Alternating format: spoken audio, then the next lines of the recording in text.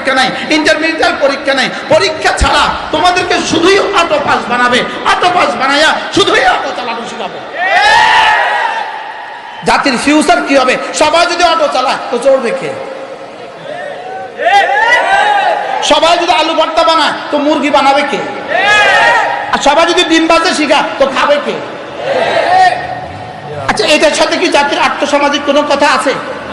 আচ্ছা, এভাবে যদি পরীক্ষা ছাড়া যদি ইন্টারমিডিয়েট পাস করে পরীক্ষা ছাড়া এই জাতি মেডিকেলে পড়বে কিভাবে? এই জাতি বুয়েটে পড়বে কিভাবে? এই জাতি মেরিন ইঞ্জিনিয়ার হবে কিভাবে? এই জাতি লাইট চালাবে কিভাবে? পুরো জাতিকে ধ্বংসের ষড়যন্ত্র।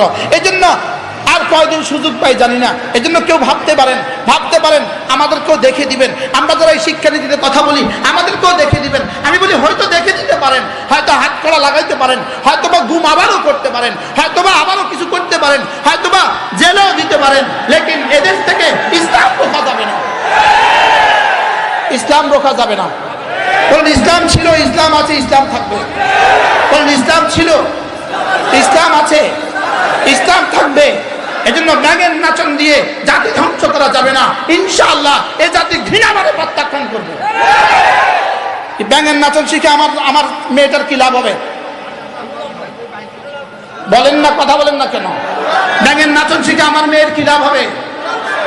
আলু ভর্তা বানানো শিখে আমার ছেলেটার কি লাভ হবে? তাহলে বোঝা গেছে যে শিক্ষা ব্যবস্থার সাথে জাগতিক কোনো সম্পর্ক নাই, যে শিক্ষা ব্যবস্থার সাথে দুনিয়ার উন্নতির কোনো সম্পর্ক নাই, যে শিক্ষা ব্যবস্থার সাথে আখিরাতের উন্নতির কোনো সম্পর্ক নাই, এই শিক্ষা ব্যবস্থা আমাদের উপরে চাপানো যাবে না। বলেন না ইনশাআল্লাহ? বলেন ইনশাআল্লাহ। এই শিক্ষা ব্যবস্থা আমরা ঘৃণাভরে প্রত্যাখ্যান করি। আমরা ঘৃণাভরে কি করি? প্রত্যাখ্যান করি। যে শিক্ষা ব্যবস্থার সাথে বস্তু জগতের কোনো সম্পর্ক নাই, ব্যাঙের নাচার সাথে বস্তু জগতের কোনো সম্পর্ক নাই, ব্যাঙের নাচার সাথে ডাক্তার হওয়ার কোনো সম্পর্ক নাই, ইঞ্জিনিয়ার হওয়ার কোনো সম্পর্ক নাই, ব্যারিস্টার হওয়ার কোনো সম্পর্ক নাই, ব্যাঙের নাচার সাথে